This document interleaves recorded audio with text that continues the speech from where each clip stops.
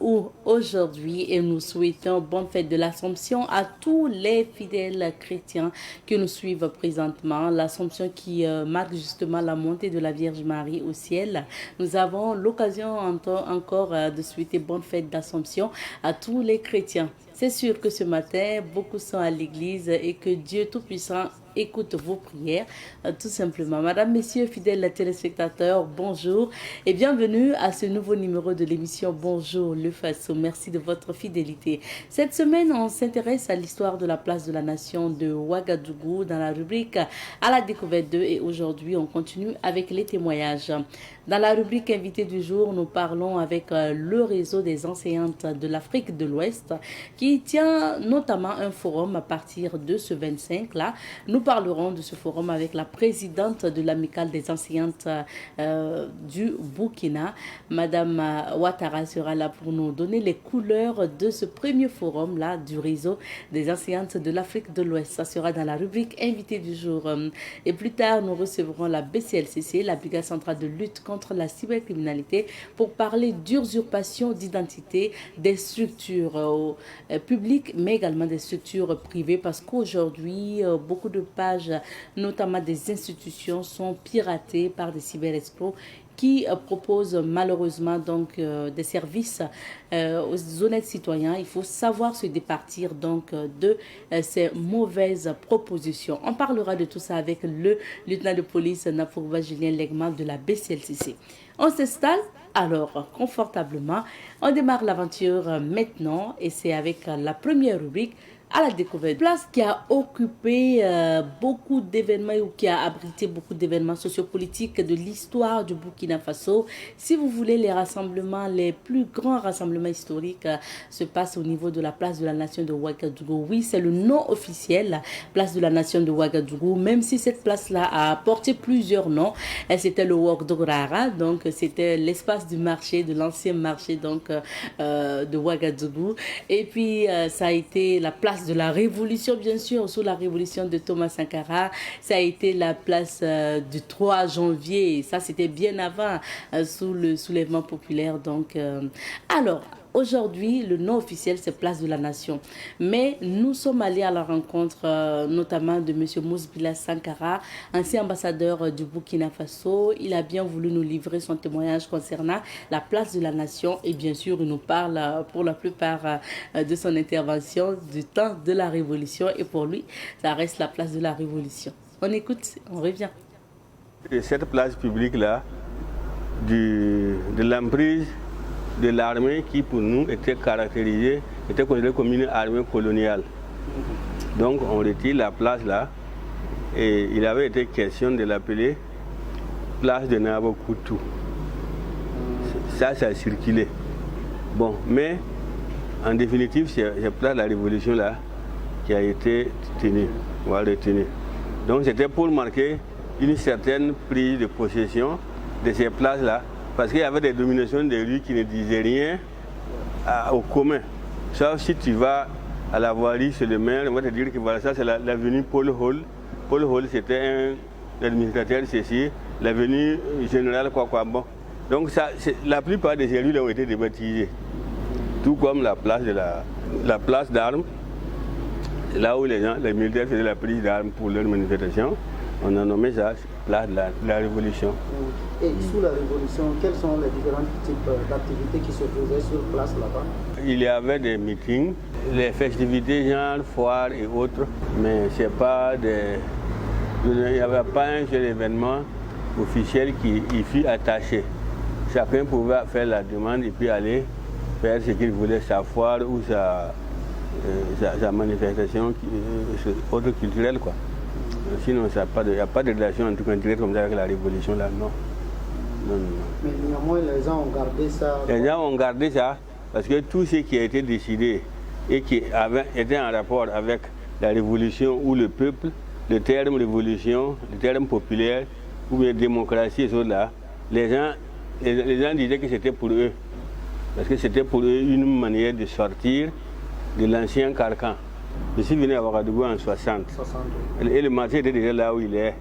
Mais en dehors du grand bâtiment là, Et aussi, à l'emplacement, là, il y avait un hangar en dalle. Et tout le reste, c'était des hangars avec des tôles. Et notre grand-père, Motba, qui a été tué aussi pour s'être mêlé de la gestion là, avait son kamang, c'est-à-dire son champ de proximité, là où se trouverait actuellement Air Afrique. Voilà, Air Afrique. Et au milieu des gens de Bilbao et de Willem Diaz-Joly, c'est Giawari. Particulièrement, il logeait aussi, c'est au sud de Modiba. Modiba était entre. Il y a un Malien ou un Sénégalais qui était venu après, du nom de Bara, et qui était aussi installé dans la zone là-bas. On n'a pas, comme c'est pas loti, c'est des instructions comme ça. Donc les gens arrivaient, ils passaient soit au Grand Bilbao, si c'est des notables, parce que quelqu'un simple, Mousbilé ne peut pas aller sur le ballon pour le voir, non. Ça c'était les notables, les combés et autres là, et ils avaient ça. Maintenant les citoyens ordinaires là, et ils pouvaient aller à Bilbambili, c'est Nebiga Yemdaoro qui avait aussi la possibilité d'échanger avec le Balamna Kassenga pour voir à quel moment on peut introduire telle ou telle personne. Sous Thomas, les plus grands discours qui ont été prononcés en public, c'était à la place de la Révolution, la première fois où ils voulaient présenter leur programme au peuple. Quand ils sont venus, mais c'était avant 84. C'était en 83, juste après le CSP là. Quand ils sont arrivés avec la CSP, il y a eu un meeting là-bas où il a défini le peuple là. Là où il a dit que le peuple est concret, tout ça là-bas. Là. Ça a eu lieu là-bas. Mais après, bon, c'était à des événements qui étaient localisés dans d'autres régions ou communes. Et puis chaque place pouvait être utilisée comme un point d'expression. Mais très souvent, c'était à la radio. Les jugements, c'était généralement à Ouagadougou, c'était la maison du peuple. Quand la révolution est venue, on avait trouvé le marché, pas seulement exécuté, parce qu'on n'a pas pu l'agrandir, mais mal structuré. Et il fallait reconstruire le marché. Les gens, d'aucuns disaient qu'il faut ramener les commerçants à la place de la Révolution, du l'ancien marché, pour pouvoir construire et les faire revenir parce que c'était pas loin. Bon, mais c'était pas, ça n'a pas été accepté parce que les camps militaires ils ne sont pas différents de ceux d'aujourd'hui. C'était pas sûr et on ne voulait pas que quelqu'un soit peut-être d'être venu au marché, certes à savoir ce qui se passe dans nos camps. Donc, ils ont localisé la route devant le jardin de Ouaga 10 000, sur la route de Saponné, il y avait le nez de cône. Le nez de cône là, c'est-à-dire c'est la ligne assez plate, sans arbres et sans eau, qui termine les pistes d'atterrissage ou de décollage. Donc il y avait le nez de cône de la Ségana là-bas. C'était assez vaste. Donc comme c'était temporaire, ils ont pris le risque d'aller. Il fallait maintenant dégager les gens, personne ne voulait y aller. Comment? Ils quittaient le centre de la ville et puis aller loin. Ce n'était vraiment pas ce que les commerçants souhaitaient. Merci beaucoup de votre attention concernant donc cette rubrique à la découverte 2. Et je rappelle que vous écoutiez à l'instant M. Mousbila Sankara qui était ambassadeur du Burkina. Donc sous la Révolution, il était ambassadeur. Et puis nous rappelons que justement il nous parlait de la place de la nation donc de Ouagadougou dans cette rubrique à la découverte 2. À présent, nous allons découvrir les couleurs du temps et c'est dans la météo. Nous recevons pour vous aujourd'hui Madame Wenkoni Yolana Ouattara, née Savadogo. Elle est la présidente de l'amicale des éducatrices du Burkina. Bonjour à vous, Madame Ouattara. Bonjour. Bienvenue. Merci. Merci à vous d'être sur ce plateau pour nous parler cette fois-ci du réseau des enseignantes de l'Afrique de l'Ouest. Mais venons-en justement l'amicale d'abord des éducatrices du Burkina. C'est un amical qui existe depuis quelle année et quel est son objectif?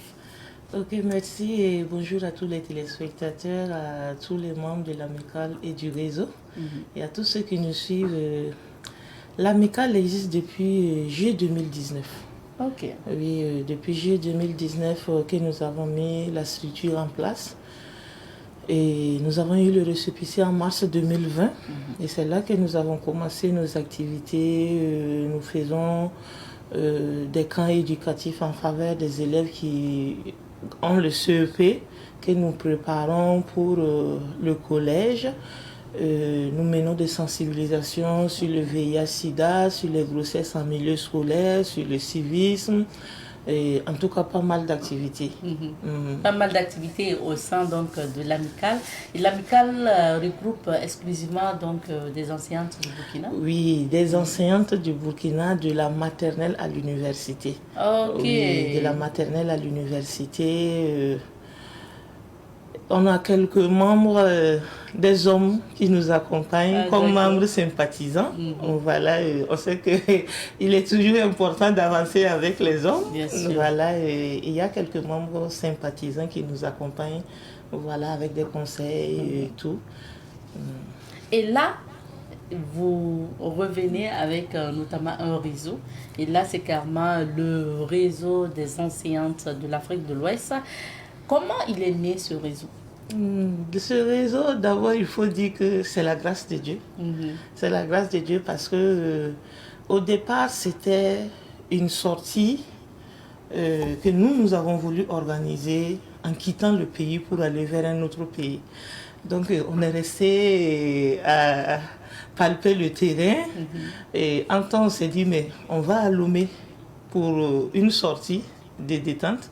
Après, j'ai dit, mais pourquoi aller simplement comme ça? J'ai dit, on va faire un voyage d'études. De voyage d'études, on a invité les autres pays, les associations sœurs. On est rentré en contact avec elles. On leur a demandé, bon, nous, on veut aller à Lomé. Si ça vous dit, venez, on va aller ensemble, on va travailler ensemble et puis partager les expériences et tout. Et c'est là que l'idée est venue de dire, mais si vous allez partir à Lomé comme ça, vous retrouvez entre pays, pourquoi ne pas mettre en place en même temps une structure, voilà, de la sous-région? Et c'est comme ça avec les autres pays qui ont émis l'idée. Donc nous sommes allés à Lomé, on a mis le réseau en place en août dernier. Et effectivement, nous abritons le deuxième forum cette année, voilà, du 25 au 31 août. Peut-être que je devance les Wandalo. On va revenir sur le forum. Oui. Mais là, à partir de Lomé, déjà, vous êtes désignée présidente de ce réseau-là. Pour vous, pourquoi? Il faut dire que ce n'était pas facile et ce n'était pas évident. Et oui, parce que c'est vrai, nous avons invité les autres pays à prendre part à ce voyage. Et au cours duquel on voulait mettre le réseau en place. Oui. Et il a fallu que nous-mêmes on arrive à Lomé pour comprendre l'importance et la grandeur de ce pourquoi nous étions en train d'aller, parce qu'on n'avait pas mesuré au départ. Et quand on est arrivé, c'était pas aisé, et chaque pays voulait la tête. Donc, c'était pas du tout facile. Certains pays sont venus, ils disent, avec l'appui du gouvernement pour venir prendre la présidence. Et ça n'a pas été du jeu. On s'est débattu, on s'est battu. Au finish, bon, certains pays ont dit, mais c'est vous qui nous avez invités, on ne peut pas venir encore prendre la présidence, on vous fait cet honneur. Et donc, c'est ainsi que nous sommes allés en Assemblée générale avec 92% des votes. Voilà, donc... Vous êtes sortie présidente de ce réseau. De ce réseau. On parle de pays, donc vous nous avez parlé de Lomé, de la ville de Lomé déjà. Mais quels sont les autres pays qui sont membres du réseau? Les pays qui sont membres du réseau, déjà il faut dire qu'à Lomé, nous étions 5 pays représentés. Le Burkina, la Côte d'Ivoire, le Bénin, la Guinée, le Togo. Le Togo naturel. Voilà. Et à Lomé, on a commencé la préparation du voyage avec plusieurs autres pays, notamment le Niger qui n'a pas pu prendre part parce qu'à la dernière minute, ils ont connu certains événements qui ne leur permettaient pas d'avoir leurs documents pour pouvoir voyager.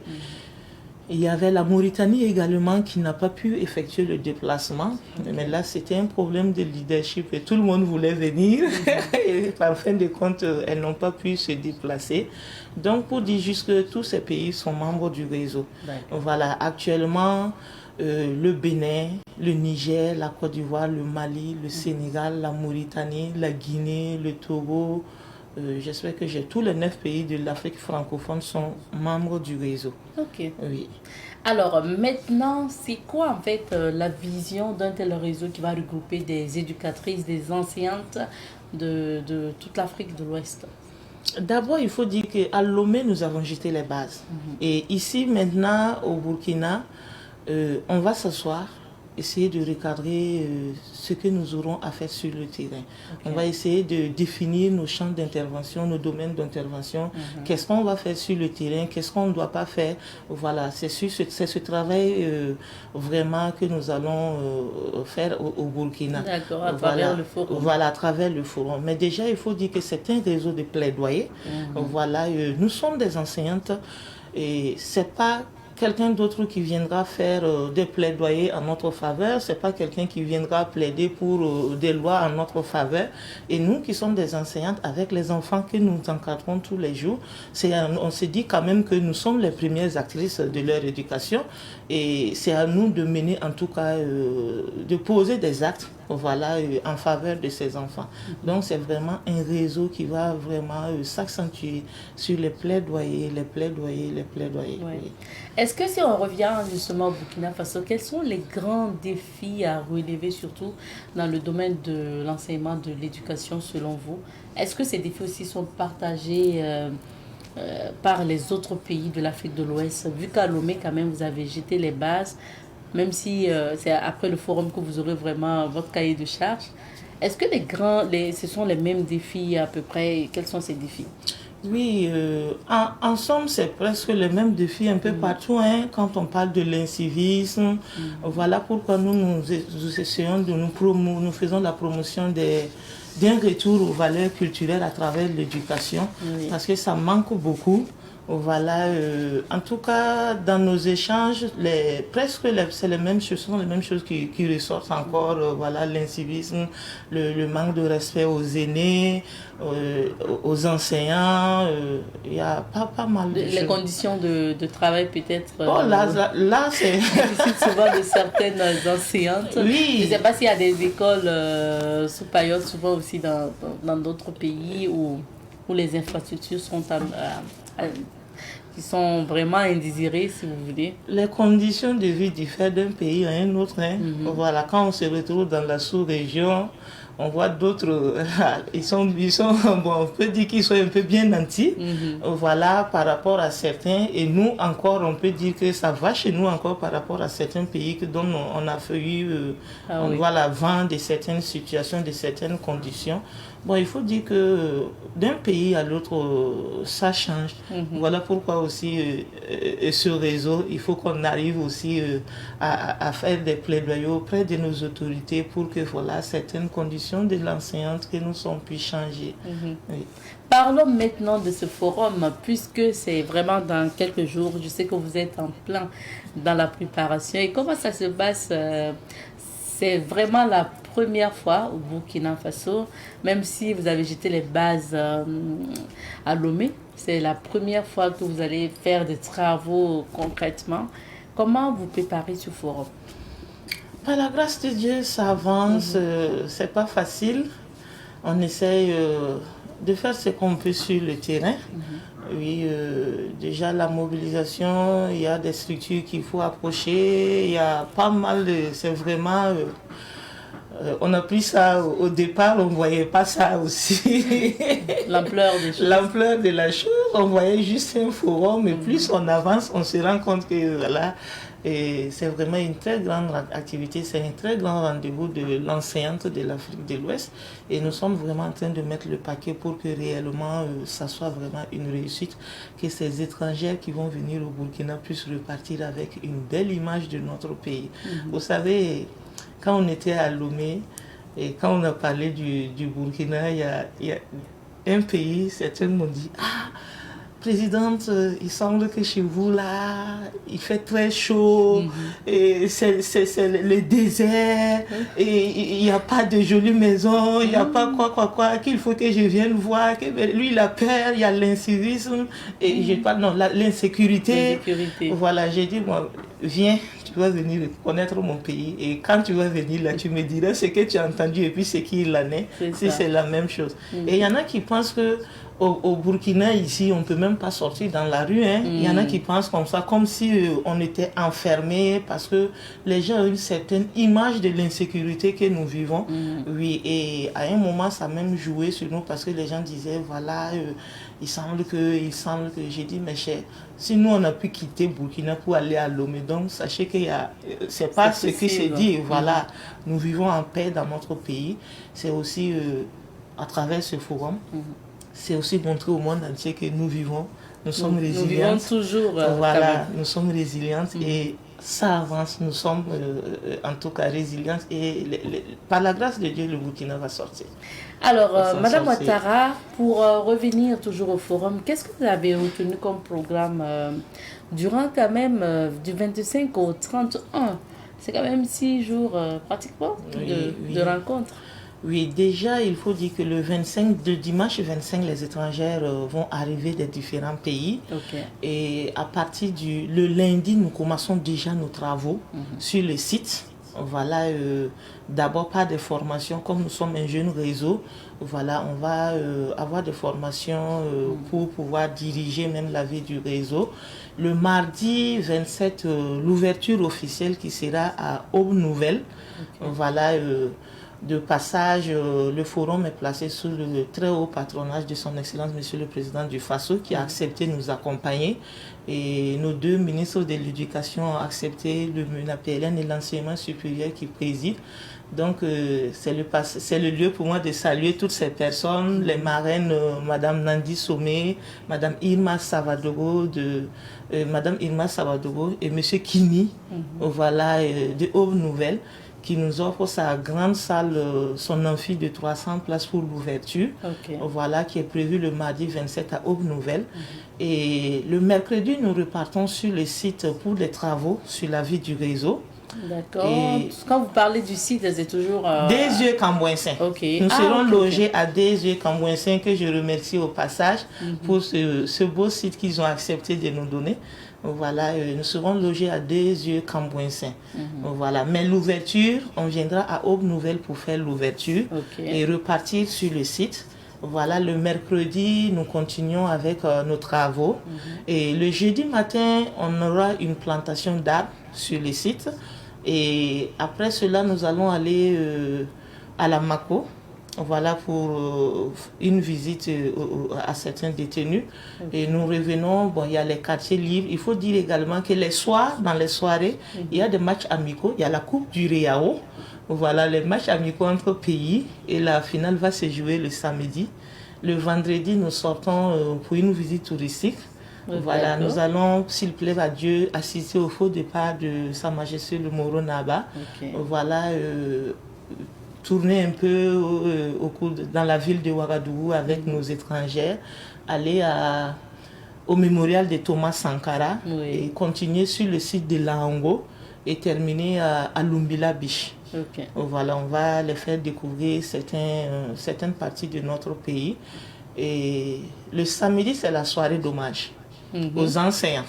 Voilà, qui se tiendra à la salle de banquet de Ouagadougou, voilà, où nous invitons aussi tous ceux qui peuvent vraiment être là. Et pendant cette soirée d'hommage, nous sommes des mamans et on ne peut pas tenir ce forum sans penser à nos enfants. Nous avons 100 enfants qu'on a dépassé 100 parce que on ne sommes partis sur la base de 100, mais on nous a fait vraiment bousculer avec certains enfants parce que nous n'avions pas pris par exemple en compte l'université.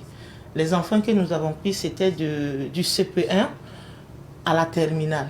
Et quand on a rencontré l'université, ils nous ont fait comprendre qu'il y a des enfants aussi là-bas, voilà, des étudiants qui peinent à payer les 15 000 francs de la scolarité pour pouvoir prendre part au cours.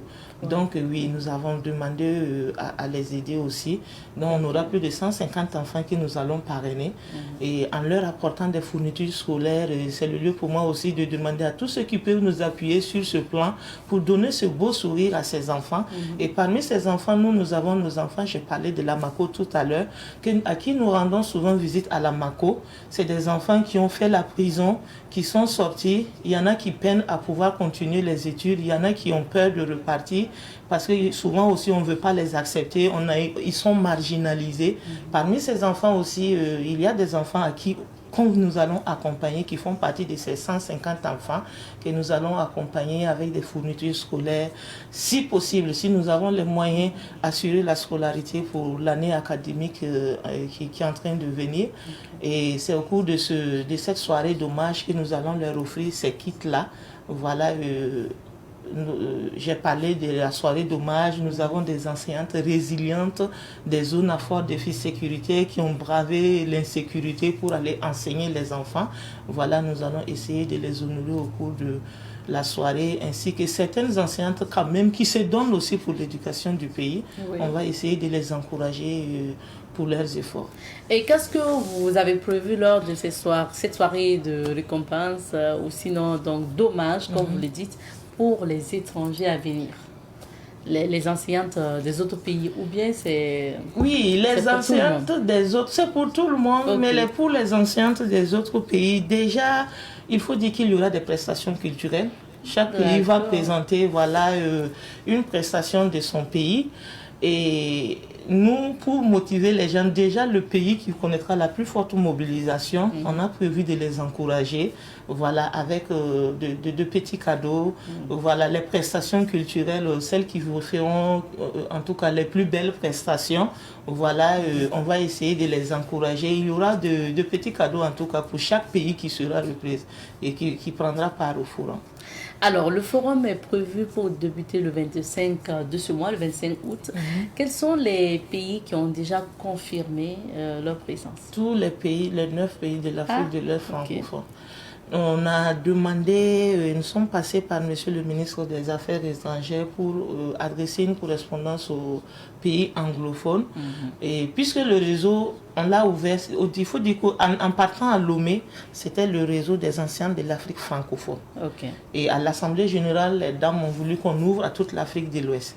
Nous sommes rentrés en contact avec les enseignantes des pays anglophones. Elles se sont très très fortement mobilisées. Bon, malheureusement, c'est pas sûr qu'elles prennent part, tout simplement parce que certaines autorités ont dit qu'on a mis le bureau sans leurs enseignantes.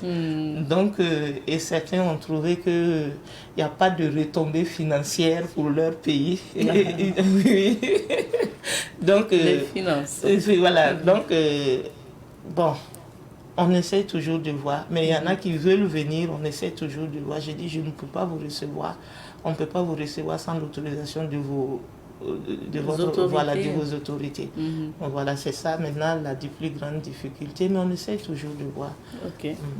Alors, pour ce forum à venir, on a vu que vous avez cité notamment les autorités burkinabées qui vous accompagnent, les ministères qui vous accompagnent. Est-ce à dire quand même que avec ce soutien-là, vous avez pu mobiliser votre budget nécessaire? Le budget Parce que c'est ça aussi, faire venir des étrangers, les loger, organiser. On suppose que c'est pas facile. C'est pas du tout aisé. Voilà pourquoi je disais tantôt que nous avons pensé que c'était un simple forum, mais après on se rend compte que financièrement, il y a pas mal de choses que nous ne voyons pas, mais qui se sont présentées à nous pour dire que financièrement, c'est pas aisé, c'est pas du tout facile. C'est vrai, il y a certaines structures quand même qui ont accepté de nous accompagner, mais le budget, il reste toujours... Oui, on a toujours besoin de soutien. Toujours besoin de soutien. Oui, toujours besoin de soutien. Alors, donc, pour maintenant les enseignantes qui sont sur place, qui sont au Burkina, qu'est-ce que vous attendez d'elles par rapport à ce forum à venir? Parce que vous allez accueillir pas mal de pays. Bon, Je lance juste l'appel à toute enseignante voilà, qui veut prendre part à ce forum, qui veut se joindre à nous.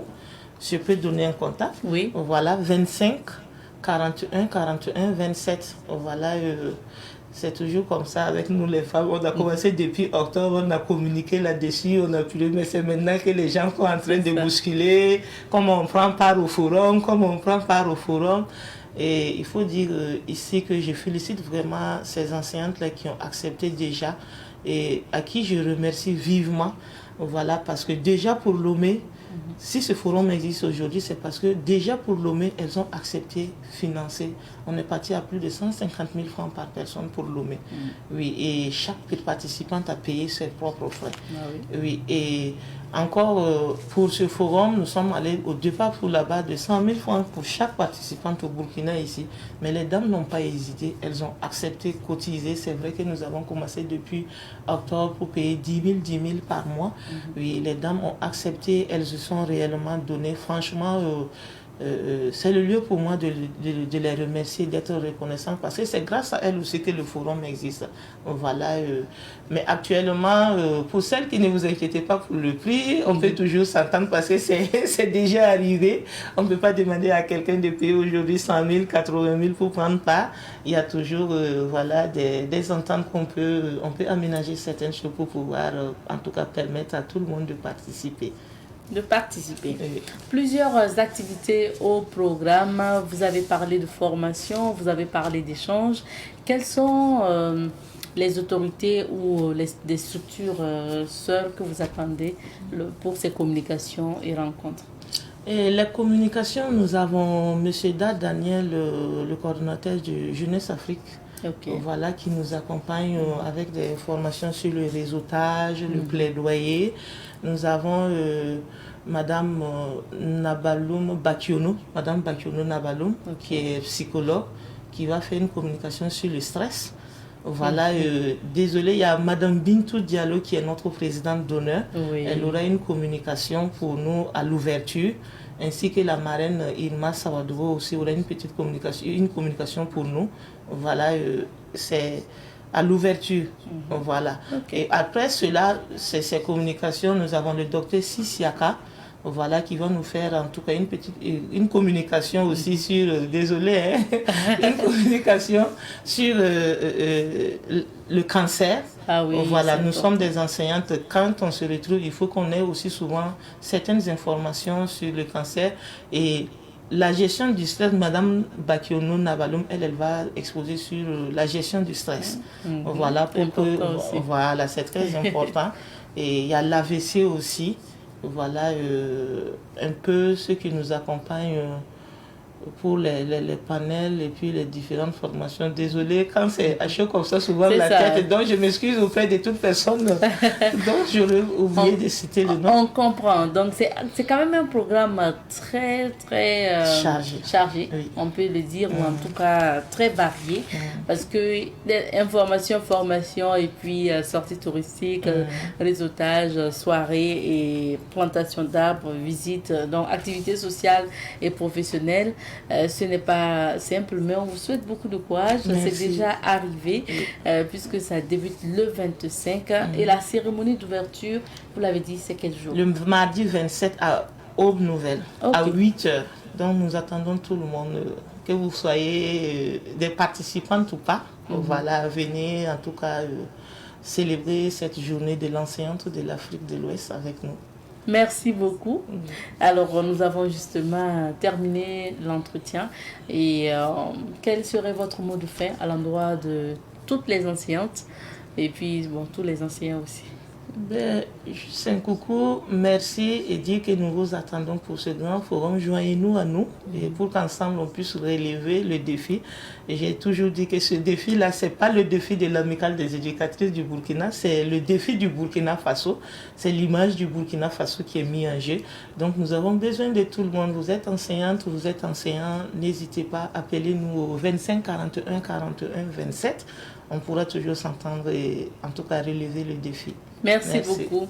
Rendez-vous du 25 au 31 août prochain pour vivre donc la deuxième édition du Forum des éducatrices de l'Afrique de l'Ouest. Et on va vous accompagner avec notamment donc, le spot publicitaire de l'activité, parce qu'on s'arrête ici pour l'entretien du jour. Pour la suite de cette aventure, nous parlons de lutte contre la cybercriminalité avec la BCLCC. Nous sommes aujourd'hui avec le lieutenant de police Napogba Julien Legma, qui est le chef de la collaboration policière au niveau de la brigade centrale de lutte contre la cybercriminalité. Bonjour à vous, lieutenant. Bonjour, Madame Ninkema. Bonjour à l'ensemble des téléspectateurs et merci de nous suivre. Merci à vous d'être sur ce plateau pour nous éclairer davantage et surtout pour alerter concernant donc la cybercriminalité. On s'intéresse aujourd'hui à l'usurpation d'identité de structures et d'institutions publiques et privées. Oui, c'est une réalité et c'est sûr que vous enregistrez actuellement des plaintes concernant notamment ce cas. Et moi, personnellement, j'ai vu aussi sur les réseaux sociaux. Heureusement que nous autres, on est vraiment avertis. Oui. Malheureusement, des gens se font avoir. Maintenant, quand on parle de l'usurpation d'identité, comment on peut définir cette notion, lieutenant? D'accord. Déjà, il faut savoir que quand on parle d'usurpation d'identité, on va essayer de donner une définition assez caricaturée pour permettre à tout un chacun donc, de mieux cerner donc, le concept. Alors, l'usurpation d'identité, c'est l'utilisation d'informations, par exemple, propres à une personne, qu'elle soit physique ou morale, dans le but donc de bénéficier, c'est-à-dire en son nom, oui. Voilà, de soit d'avantages particuliers ou bien de porter un préjudice à une personne, soit en tirant par exemple un bénéfice financier ou un avantage en nature, par exemple. Donc il peut s'agir d'utiliser par exemple le logotype d'une institution, d'une structure, qu'elle soit privée ou publique, dans le but, par exemple, de communiquer ou bien d'escroquer des personnes en se faisant passer pour cette personne physique ou morale, par exemple, ou de bénéficier, par exemple, d'un avantage en postulant, par exemple, à des offres et en se faisant, bien évidemment, passer donc par cette personne physique ou morale. Donc, alors, ok, allez-y, lieutenant, je vous donc c'est l'utilisation donc d'informations qui sont propres à l'entreprise, voilà, à la structure publique ou à la personne, par exemple, pour pouvoir donc voilà, à des fins personnelles malveillantes sans autorisation. Alors, vous l'avez dit dans la définition, ça veut dire qu'il y a un but derrière. Tout à fait. Si on usurpe l'identité d'une institution, d'une société ou d'une personne, il y a quand même le but derrière. Et le but, c'est certainement l'arnaque dont vous avez fait cas. Tout à fait. Donc, bon, il y a plusieurs intérêts, bien évidemment, donc liés donc, à l'usurpation d'identité. Vous trouverez des cas, sinon pour ce dont nous enregistrons le plus, c'est que les personnes d'intention malveillante, effectivement, utilisent les logotypes, par exemple, de ces structures-là, dans le but de lancer des offres d'emploi, par exemple, ou des offres de stage.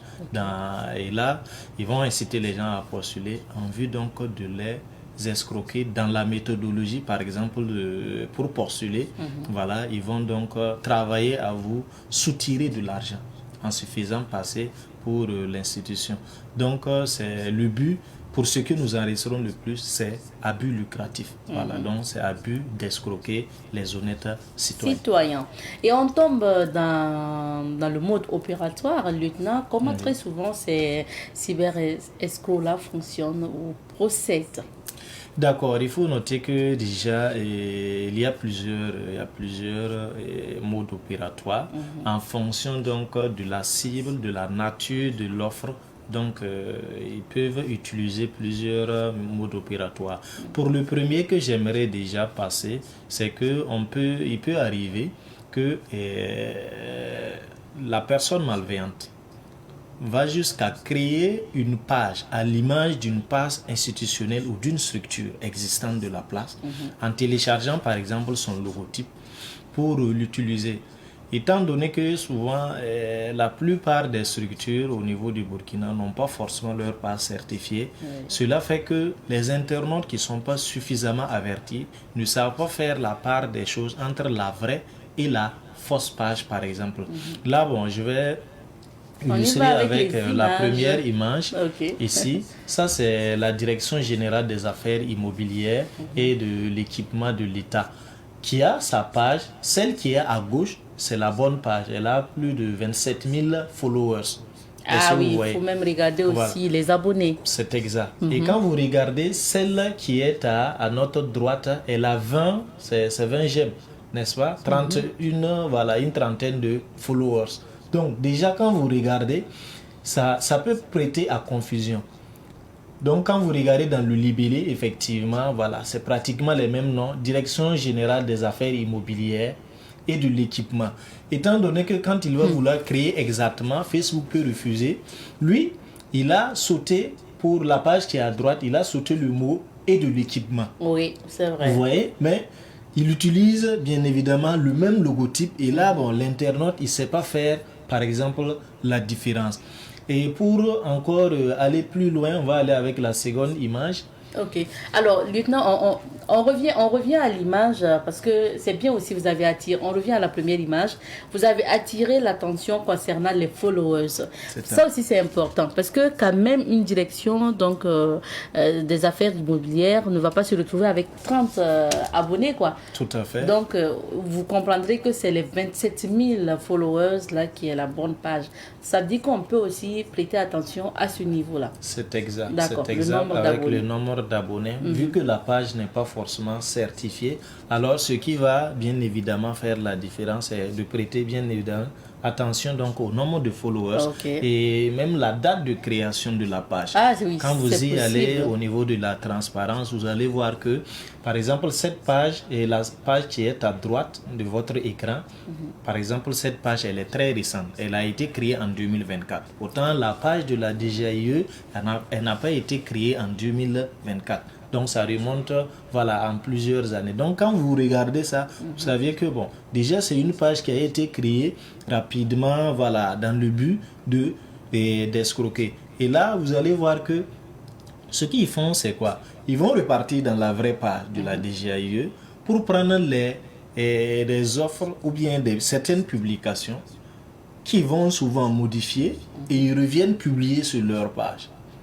Et souvent même, ils partent prendre l'actualité publiée sur la bonne page et ils relaient sur leur page. Donc, quand on ne fait pas attention, on peut facilement donc se faire avoir.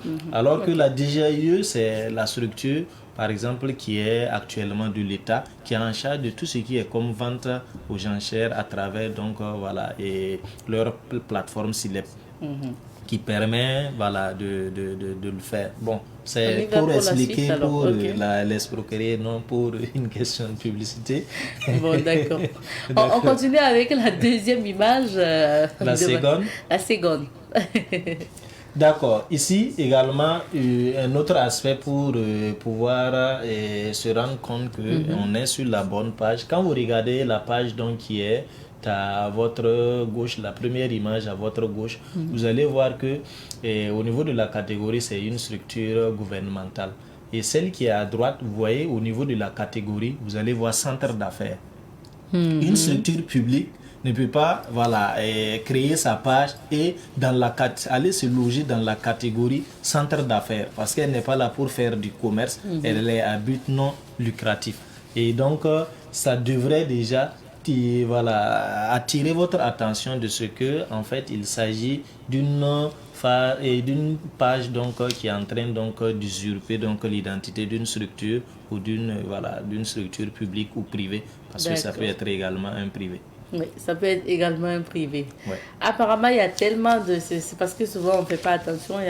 Il y a donc des signes qui montrent souvent qu'on fait face à une fausse page. Comment justement... quels sont notamment les récents exemples que vous pouvez citer concernant l'usurpation de ces pages d'institutions publiques ou privées? D'accord, déjà voici un des exemples déjà concernant donc la DGIE. Voilà, pour le second, c'est que ça concerne la Direction générale de la douane.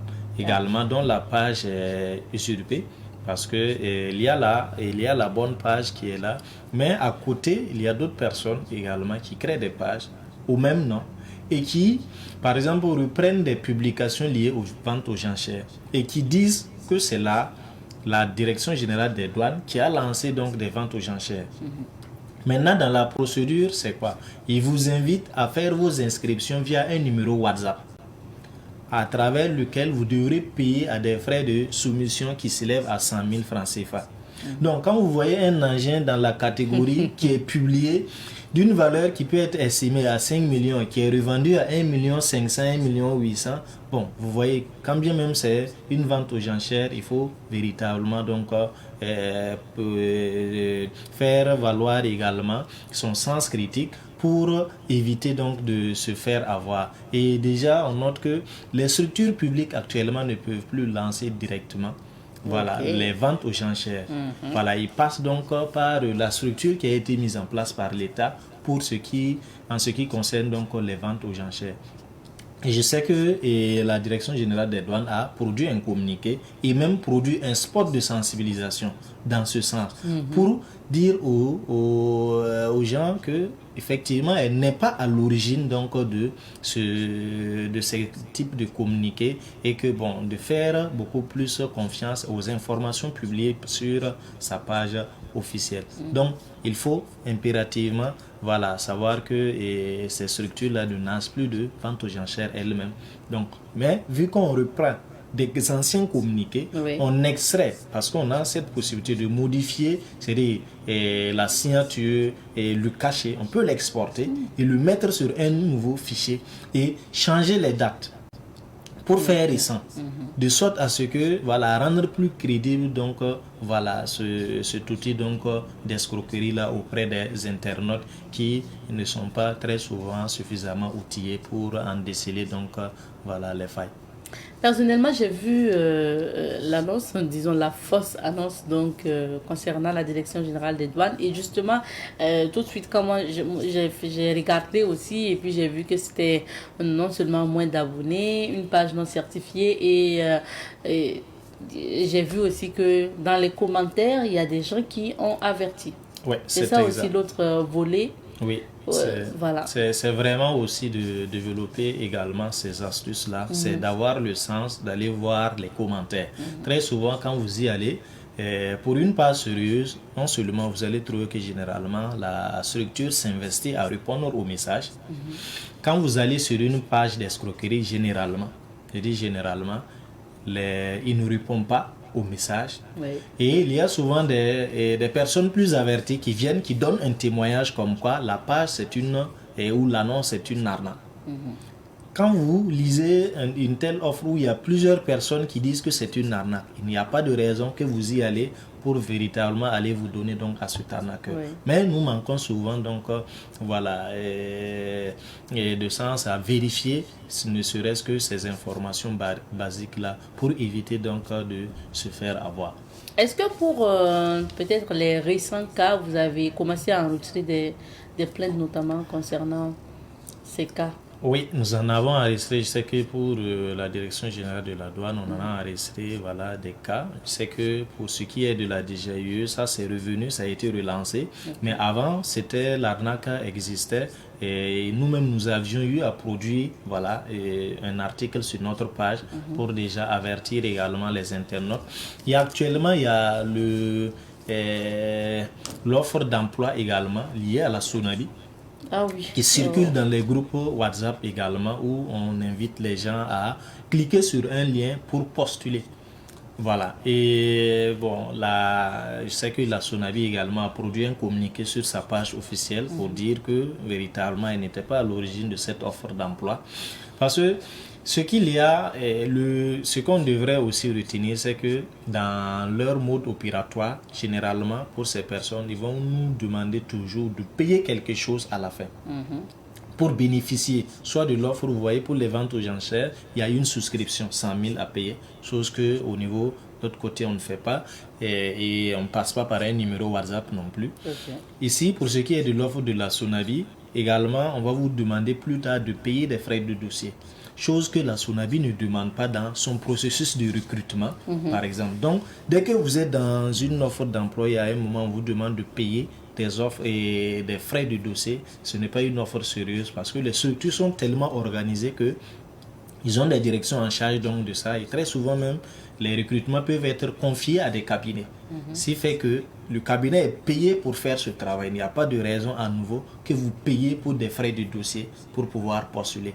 Donc, c'est aussi la chose à prendre véritablement en compte. Et il y a beaucoup qui se font avoir et qui viennent donc à notre niveau pour déposer des plaintes. Maintenant, ce qu'il faut noter, c'est que souvent, les personnes peuvent créer des pages, les fausses pages. Et bon, pour ceux qui savent manipuler, quand ils vont dans le à propos de la page et regardent dans la transparence, ils vont voir les personnes qui gèrent la page. Et par exemple, ici, pour ceux qui sont au Burkina, quand on avait illustré avec des GIU, vous allez voir que on avait 3 personnes, mais les personnes résident au Burkina. Et pour d'autres pages, vous allez voir que les personnes ne résident pas ici. Ça doit déjà vous tiquer. C'est vrai qu'il peut arriver que des personnes qui gèrent la page ne soient pas ici. Mais pour la plupart, ils sont ici. Il y a d'autres qui ne sont pas là. Mais il est très probable que pour des pages où les administrateurs ne résident pas ici, voilà, il y a de fortes chances que ce soit donc des pages d'escrocs. Donc quand on prête déjà attention à ça, ça peut aider. Maintenant, souvent, pour y aboutir, ça peut être difficile parce que moi je peux rester dans un pays voisin. Je crée une page au nom d'une institution au niveau du Burkina, j'escroque les gens et vu que chacun peut payer des numéros, vous savez que nos opérateurs ils sont dans la plupart des pays de la sous-région. Oui. Et quand moi je dispose d'un numéro WhatsApp, voilà, que je sois ici ou dans un autre pays, je peux toujours l'utiliser comme un numéro WhatsApp. Malheureusement, on nous fait envoyer les frais sur ces numéros et on note également que ces personnes travaillent souvent avec des complices qui sont ici. Et là, ils trouvent un numéro burkinabé sur lequel vous devrez faire le dépôt. Et quand vous faites le dépôt, le complice au niveau du Burkina se charge donc de transférer ces fonds dans un autre pays sous un autre numéro pour compliquer, c'est dire donc le processus donc de recherche donc des preuves pour remonter aux personnes donc véritablement qui sont des têtes donc de ces genres de réseaux. Et bon, je profite notifier que nous sommes en vacances. Nous sommes en vacances et bien évidemment de telles offres et fausses offres d'emploi vont se multiplier parce que les gens sont à la recherche du stage, les gens sont à la recherche donc d'emploi. Et c'est la période donc, pour inonder la toile avec des fausses offres d'emploi et donc de stage où on va exiger par exemple des paiements. On a eu à recevoir par exemple une dame où on lui a demandé dans le processus de recrutement de payer des thèmes. Des thèmes de 5 000 et elle devrait payer pas moins de 17 thèmes. Est-ce que vous voyez, dans une offre d'emploi, c'est véritablement de faire attention parce que quand même, c'est vrai qu'on est à la recherche d'emploi ou d'un stage, peut-être payant, mais il faut savoir raison garder parce qu'il y a des petits détails qui devraient quand même déjà attirer notre attention, notamment quand on exige des frais dans ces processus, c'est que ce n'est pas une entreprise sérieuse pour la plupart du temps. C'est ça. Et lorsque vous avez parlé, on parle d'entreprises privées, de sociétés privées, d'institutions publiques également. Pour les sociétés qui sont victimes, qu'est-ce qu'il faut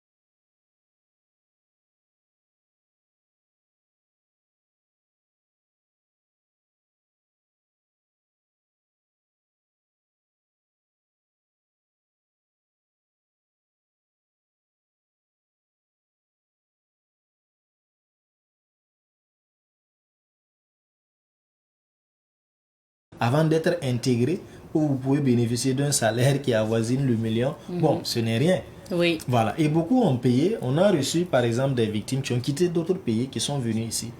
Parce que souvent, ils peuvent être au Burkina.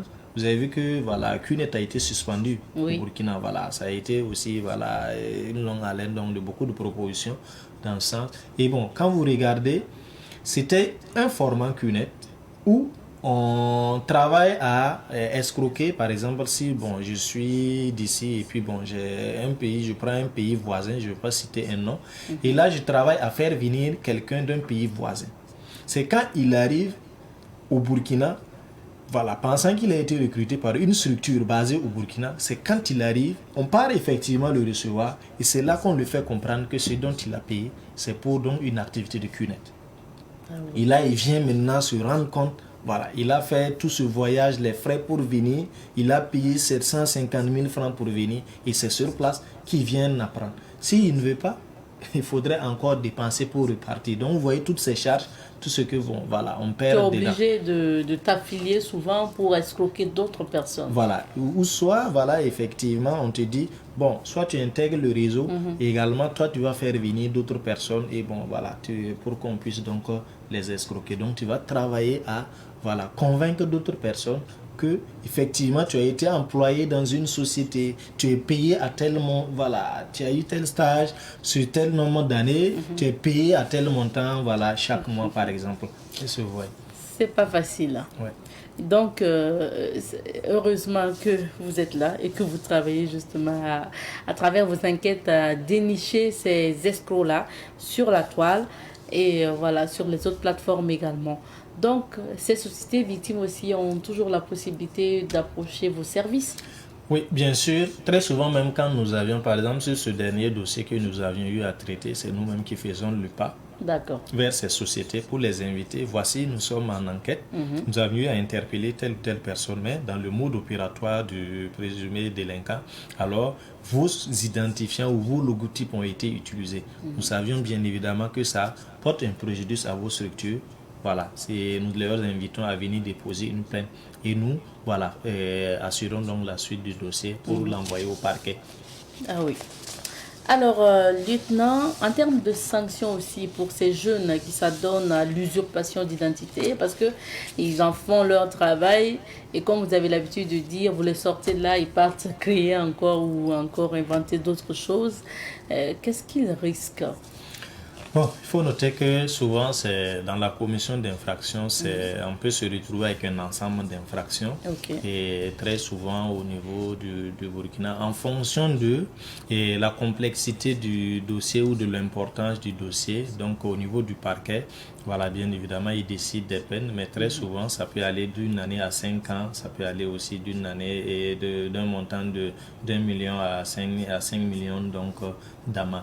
Il faut dire qu'à votre niveau, vous menez l'enquête, vous épinglez le présumé et puis après vous transférez au procureur. Donc la condamnation n'est pas donc de la matière de la BCLCC, mais nous, c'est travailler à identifier, à interpeller la personne, rassembler l'ensemble des preuves qui puissent permettre donc au parquet donc de pouvoir statuer sur le dossier et là la personne est déférée avec donc l'ensemble de son dossier et c'est à leur niveau que bon voilà le jugement est fait et les sanctions sont prononcées.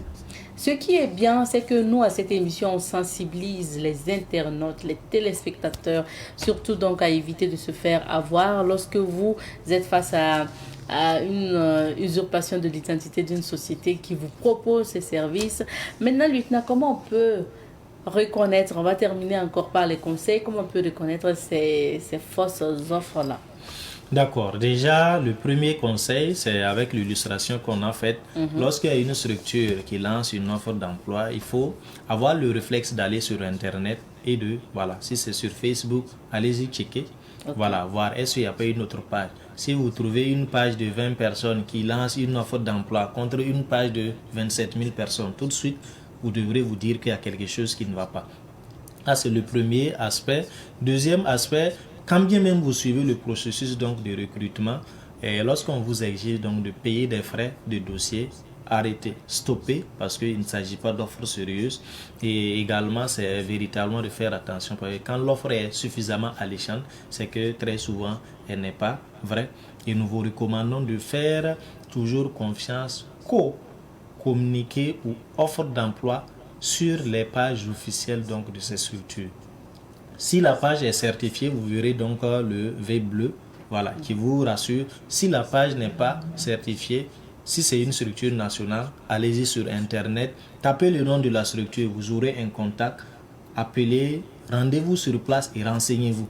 Ils vont vous donner leur canal officiel donc, de publication et ça va vous éviter de tomber dans l'escroquerie. Ou bien, écrivez-nous, envoyez-nous l'offre d'emploi, nous allons bien évidemment checker et vous faire un retour pour vous dire que tel ou tel, nous pensons qu'il s'agit donc d'un potentiel cas donc d'escroquerie. Donc, et si malheureusement vous tombez dans le panneau de ces escrocs, vous avez quand même la possibilité de porter plainte au sein de la BCLCC. Effectivement, si vous êtes victime, malgré voilà, tous les conseils donnés, rendez-vous voilà, à la BCLCC qui est située donc à Koulouba. Donc nous sommes donc à Zabar Daga. Vous pouvez trouver également des contacts pour nous joindre à travers notre page Facebook, voilà, le 25 39 58 42. Et pour les personnes qui ne sont pas à Ouagadougou et qui ont été victimes donc, voilà, de ce type d'escroquerie, peuvent nous laisser juste un mail sur l'adresse cybercrime@securite.gov.br. On va leur répondre et on va donc instruire leur dossier. Merci. Et n'oubliez pas de vous abonner à la page Facebook de la BCLCC pour bénéficier de l'information vraie, juste et fiable. Tout à fait. Merci beaucoup, lieutenant, d'être passé et puis on vous souhaite bonne fête d'Assomption. Merci, bonne fête à vous aussi. Merci. Alors, on se dit au revoir ici. L'émission de ce matin est terminée. On souhaite encore bonne fête de l'Assomption à tous ceux qui nous suivent. Et on se retrouve, Inch'Allah, demain, vendredi, pour d'autres aventures. Prenez soin de vous et bonne suite. Tschüss.